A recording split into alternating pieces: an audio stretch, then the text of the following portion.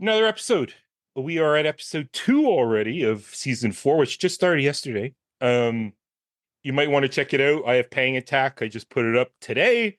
Pang Attack, wicked conversation. Some boys from my hometown, which I love to encourage. So go check out that first episode.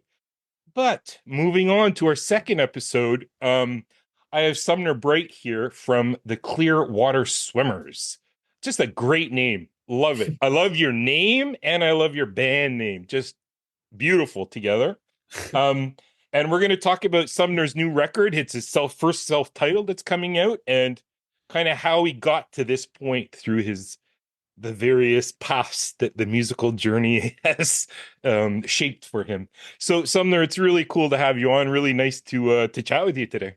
Thanks so much, Chris. Yeah, it's really kind of you to ask me to be on here today. Well, I'm very honored that you took me up on the invite, and I was really fortunate to get your PR person to send me. Well, they sent it to me without asking, with me not asking, and it's just a really, really solid record. I can't wait for October 4th when the rest of the world can hear what I've already heard. Just very, very strong songwriting. So, the Clearwater Swimmers is kind of, it has this base of this, you would say, indie folk singer songwriter, but it Mhm. has this sonic palette on top of it that brings it into a whole different space of acetone Galaxy 500-ish. So I just so happy that we get to kind of explore how this record came to be. But Sweet. before we start that, Sumner, how did you get started? Like, how did you get started in this whole musical business? And like, what were some of the key points in your early life that kind of spark this musical journey that you're on right now? Yeah, I mean, I had like a very you hear a lot of it, like the musical upbringing where both your parents are, music lovers or music players. I didn't start playing until like high school, really. I was really fortunate to go to this school where they had like a lot of built-in um, musical opportunities for someone who like just started to play guitar to get engaged with. They would kind of like put you up in these situations where you would be playing to a room full of people that you've never met, and like that is a pretty interesting thing to do as like a high school student who's just starting to play music. Um, Oh, and so that kind of is like what started me, just because I kind of really got thrown into it by way of a couple different like programs at my school. I was in like a bluegrass band. Um, in the winter, I was in like a cover band that we just like pluck songs from rock catalogs and learn covers of them. Um, and then, like all the while doing that, my teachers in that space were like super proactive and being like, "This is how you book a show. This is how you like talk on stage." Like all these like things that I feel really thankful to have learned. And then so I was just really hooked on playing music and like the whole process of playing music in front of people. And right, um right. of course it was hard at like sometimes like writing my first batch of songs that were just like way too uh, deeply specific, and like playing those songs in front of like all my friends' parents at an after school recital. That sucked. That was like, those are like the kinds of nightmares that I have now. Um, Right, right. but yeah, I got to college, and then to I went to college in New Hampshire at UNH, and there was like not anything in like not a significant scene of like house shows. But I went to one, and it just like lit a fire under my ass, and I was like, oh my god, Oh, I want to do this so badly. oh, It's so much fun. And so then yeah. I worked on starting a band with my friends who I met there, who are now uh, two of the people in that band are now in this band. And so, yeah, I feel like the Clearwater Swimmers now is just kind of like an amalgamation of like all these little stepping stones this That's cool. project kind of came to be because of all the things that I've got to experience in the past. And I think that Hmm. that's a cool factor of this band. Absolutely. I love what you just said too, that it feels like that. It feels like this record has been a build, like a Mm, slow build that you've come to. Um, we'll talk about that new record in a minute, but you had mentioned something that I'm always fascinated to ask artists. What was it that was the draw to go and stand in front of people and deliver? Oftentimes our first songs are very journalistic, very diary oriented. We put our heart on our sleeve. mm. Where did you get the courage as a teenager to get up on stage and deliver these kinds of things? Like, what processes did you have to go through or encounter as you were kind of saying, okay, I'm going to do this, I'm going to do this? Yeah, I think a lot of that like initiative to do that kind of stuff I can attribute to just like really amazing mentorship um, of a couple people at the school, namely an Ian Ramsey, who was like the director of the music program there, and then my English teacher, Ross Marconish, who um, in my senior year, I found a news clipping that his band was a self-proclaimed stoner doom metal band, and I was like, "I got you, Ross." But Nice. he was just such an integral part of me being like, "All right, like," or both of those people were just like, Right. here, try to write this song, and then here, there's this opportunity to play it. Yeah, Um, not, I mean, of course, there was always room for like if you don't feel comfortable, don't do this. But it sure. was it was really positive reinforcement of being like you can do this. Hmm. Um, and I on the mean, it more takes a like certain amount of belief in yourself as well to I that support is crucial, but yeah there must be this inner drive inside you as well to be that front person on stage with you and your guitar and your music. I mean, that's a such a fragile position to be in. yeah Um, how do you navigate that? How do you like get yeah get there? yeah, it's something I still think about all the time. But I first got there, I think, by way of like really intense like identity struggles. I Hmm. moved around a lot with my mom as a kid, and I switched schools a couple times, and um, just like having that first day at the new school complex thing where you're just like standing on the playground and like kind of looking around, being like, all right, where do I fit in? Um, Hmm. Hmm. a lot of that kind of stuff I think was like building up in me, and like it was even when I would be like immersed in like a new school or a new community or something, I was still kind of like trying things on that weren't fully me. Hmm. Um, and I remember really viewing this outlet of like playing music and getting to perform as something that was like very uniquely mine, and something that like I was in full control of learning how to express, or really shaping it to speak for me. Hmm. And Hmm. that was like a super important thing that I Yeah, needed at that time.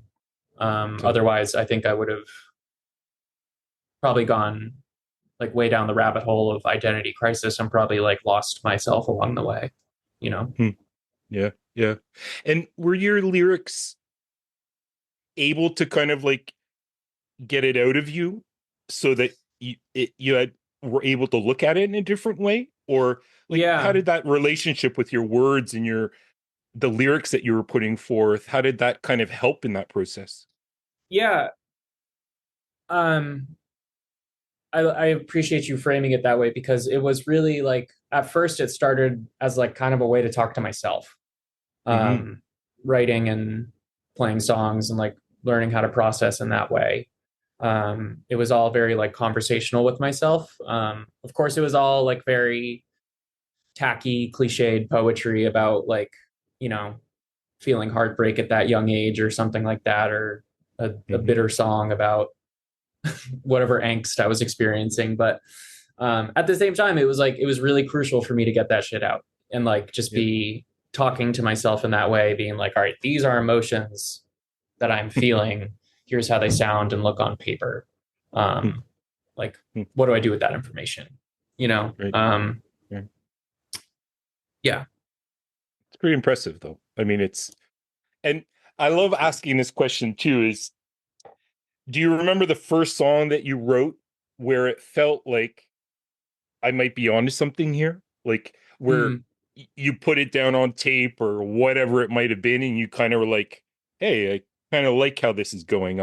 Like, was that right from the get go when you were writing, or was there a moment in time where you put something down, or it was just like the doors started opening up for you? It took a really, really long time to get or to have like that moment, I think. Mm, It didn't really happen in high school. mm, Um, or when I was in like, a teenager, I was still kind of grappling with, the new tools, etc. And I was just like horribly insecure about it all. I still like am, but I would say when I was in college, I remember feeling like super, uh, for lack of a better phrase, like liberated by just like getting to be like a new version of myself. mm-hmm, And kind of getting like starting to write music in that like newfound context of being in a new context. Um, yeah, I remember feeling like pretty good about writing at that time. mm, Um, a lot of the subject matter was like kind of the same, like angsty, heartbreaky, autobiographical stuff. mm-hmm, But I was like starting to learn how to like bury it a little more and make it a little more palatable to people who like could potentially relate to it. Um, right, and there was a song I wrote along, in that era. It was a song called "Skin," and I remember I put that out just like in like kind of a no pressure, like, oh, here's a song I wrote. I mm-hmm, don't remember if I think I posted it on like Facebook when that was the thing to do. mm-hmm, And I went to like a party later that night, and um, I walked in the door, and like a couple different people just came right up to me and were like, "Hey, that song was like sounds really good." And I was like, "Oh, I didn't know that you I didn't know that that was possible." Um, and I just felt like so warm and so like jazzed and so thankful in mm-hmm, that moment. And um, yeah, I think that to me was like a moment where I was like, okay, like maybe I can do something right, you know? mm-hmm. Absolutely. I mean, I think that it's those um comments from people when you've put something out that's very personal and they find a connection to it, which is, I think that that's why musicians keep doing what they do, particularly indie 100%. artists, where, Yeah. music is not the main job in life, Yeah. but to connect to other people through something that you're passionate about, really makes it worthwhile. Yeah. I, that's my whole ethos in it. So Right. yeah.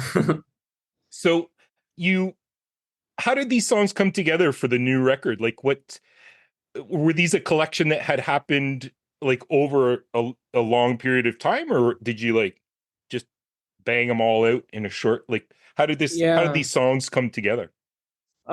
So I kind of I had like this long running solo project called Twitches that I was doing for years and years and years. And I put it to bed in like 2022. Um, and at the same time I did that, I was like I had just moved to New York. Um, I was like navigating just a really difficult time and like personal growth shit. Mhm. And Yeah. Yeah. um I just found myself needing a new outlet, but I also was like so frustrated and tired with the outlet that I was used to, which was like that old project. And just like Hmm. the standards that I set for myself in the context of like even that name. Right. Um, and I like pretty much what felt like kind of just like one of those manic creative outbursts. Just like sat down one day and wrote like three of the songs. And I just like I got this feeling like I can't stop. And I did it somewhat intentionally, trying to be like, okay, I want to write like simple cathartic songs Right. for me right now. Um, Things that I can immediately like resonate with, get out quickly, and not overthink, because that was like what I was used to doing. Right. Um, and those three songs were Valley and River, which are the first two songs on the album, and then this third song, which we haven't worked into a band format. Right. Um, and that kind of like started this whole like really what was like a journalistic approach for me, of just setting up my tape machine with one mic and just like banging out a demo of a song that I had written, exporting it to my computer and putting it on a Bandcamp, and just this like really like streamlined, straightforward way, really no real intention behind it. Just like a trying to keep it as like organic and natural as I could. And I wasn't even like sharing out this Bandcamp link really. I was just like, this is just for me to have kind of. Right. I gave it to, Sander, my bandmate. Um, I would like send some of the songs and stuff to him and other friends. But that's kind of how it all started. Yeah. Like Sander, you met, and then you guys got together and went off on tour. Is that Yeah. Well, accurate? so he was Sander was in Plains, which was that band that I was in college. Right. I was in that band with Sander, who plays guitar in the band in the Swimmers, and then Tim Graff, who plays drums in the Swimmers, and our other friend Casey. That was our band. So I had known Sander for multiple years. We met in like a freshman psychology class. um, but yeah, we stayed super close. He's one of my my all timers. Right. Right. Yeah. And like, where did that spark come with the two of you all of a sudden decide, let's go do a mini tour with? Was it the songs that you guys had just penned, the songs you had just penned for what was to become the Clearwater Swimmers? Yeah, it was Sander's idea. Okay. He was the one that called me and was like, like let's jam on these, let's jam on these songs. Again, I just moved to New York. It was just kind of like I miss you, man. Let's hang out and jam. Yeah. And I was like, oh yeah, that sounds super fun. It's been a while since I've gone on a run. Like, let's do it. And then I kind of just like hand selected some of the demos that I had put up on that Bandcamp page, which was just like under my name. And that first run we did was just like, I think we had like an 8-song set list, and we played like all the areas in the Northeast where I frequented in like other touring eras, Okay. Right. And at that time, the band was called S Bright and the Clearwater Swimmers. There was like a distinction there still. Maybe I was just kind of like acclimating to what a new project felt like or something. Yeah. But yeah, it was awesome. We got together like a couple weeks before we went out on the run and just like learned some songs, and it just like felt so good to me. Can't speak for the others, but I think that they like it too, Yeah. Was it a full band that you had assembled, or was it just the two of you? Yeah, it was Sander, Tim, and then Connor, who plays bass. Connor and I were never in a band together before, but we met in like that college music era, and ever since then we were always like sharing demos and working on stuff, remotely together. Right.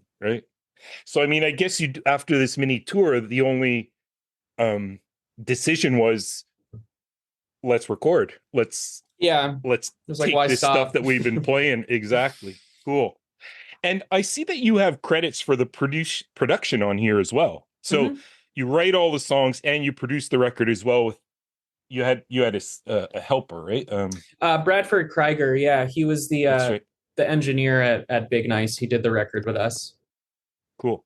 And what was that hat like wearing? Mm. Had you done something like that before, where you were in charge of the knob turnings and volume switches and like No, crafting the sound?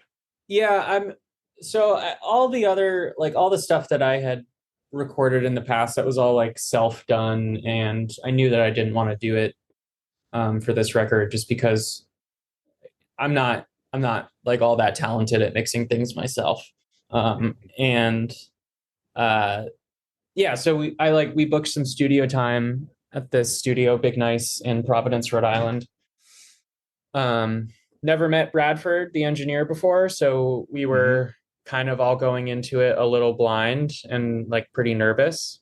Um, but we like it's I maybe like one of the only times that I've ever like been in like a quote unquote flow state like that in music. I just felt like I blinked and like the 3 days that we had were gone. Right. Um, and Bradford was like super engaged with us right from the get go. We did it live. We did the album live. So, we played our first song, which is Valley. And it felt like to me that like as soon as we had played our band's music for Bradford, um, that was like the relationship bridge that needed to be built to have like a good producer, quote Right. unquote, artist relationship.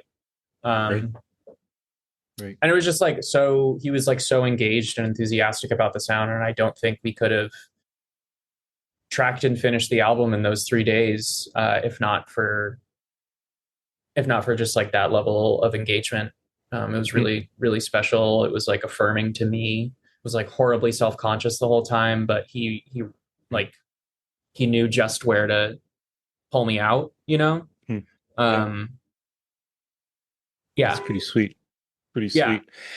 And what did you have to describe what you wanted to get out of this record? Like, did you have to describe the kind of sound you wanted to create, or was that pretty established because you guys had already toured with some of these songs? Or were you going into the studio saying, we kind of were doing this, I want to do this? Like, Yeah. what information did you give to the producer as to the sound you were trying to get? Yeah, I think the information I relayed to Brad was really like the information that I got from the run that we did, the first Hmm. like tour that we got, when like people would come up to us and be like, "Oh, you sound like this or you sound like that," Right. um, and I was like, "Oh, that's cool." Like I've heard a lot of times that we sound like Crazy Horse, and like I never really listened to Crazy Horse that much.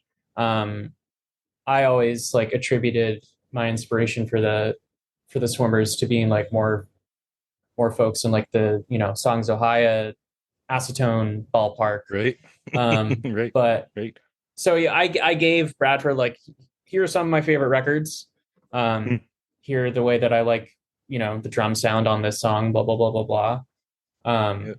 But yeah, that the whole other side of it was that like we had only played these songs as a band a handful of times together. Right. Like I think when we went into record, we had played like maybe 10 or 15, 10 to 12 shows, whatever. Right. So everything felt like super new still, Hmm. and somewhat like amorphous. Um, but I to rid myself of the nerves of having that be the case, I was just like, all right, well, let's just go in there and let's do what we've done this entire time. Like, I don't want to, stick my head in the sand on this one and Right. try and reinvent the wheel of this band.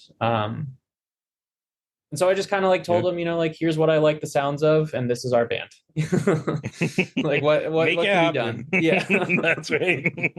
Wave your wand.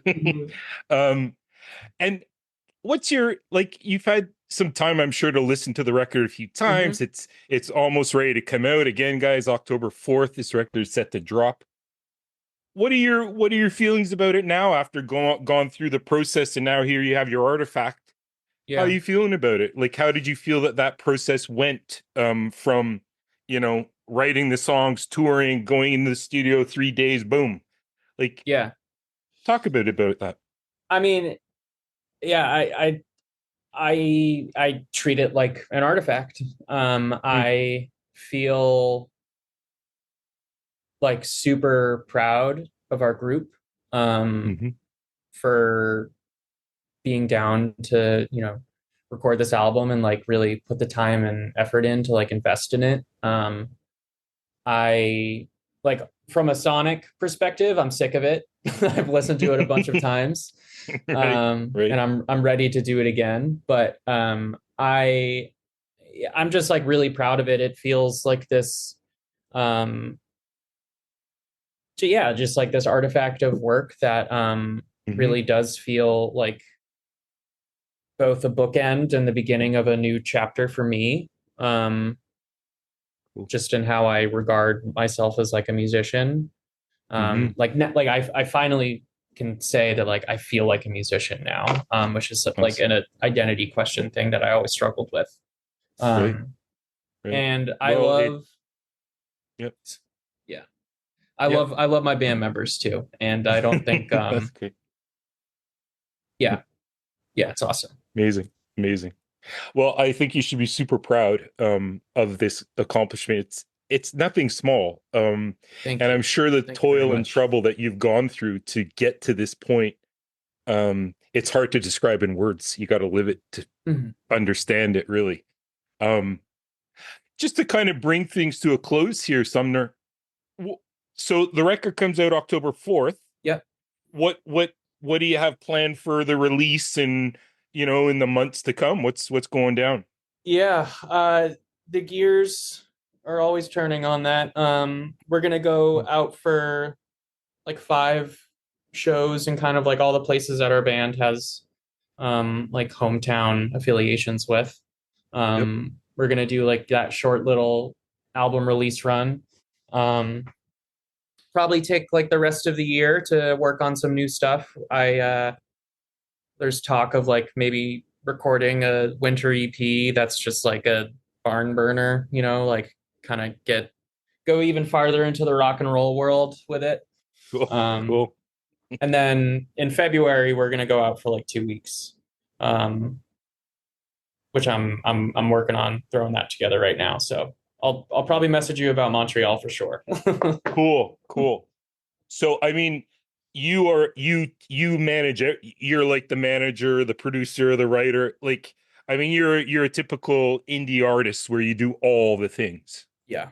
Yep. Awesome. Yep. That's amazing. Well, My band it's members are like very 20 active too. jobs in one, right? It's like 20 Yeah. jobs all in. Yeah. It's really cool. Really cool. Well, I really want to thank you for, carving out a bit of time to Of talk with me course. today. Yeah. I've really Thank you, liked your Chris. story. It's been really fascinating to listen to, and I really like this record a lot. I was so happy when you accepted to come. The minute I threw it on, I was like, okay, there's something going on here really good. Um, Thank you and so I think much. we'll play the Valley track at the end of the podcast. So stick around, people. Once we stop talking, Sumner's going to start singing. Thanks so So much, I wish you Chris. all the best with the record. I'll be cheering for you on October 4th. And definitely let's stay in touch, and I'll get you come up here and play in Montreal. We'd love to have you. Right on. Thank you so much for having me. I really appreciated your questions. Cheers, man.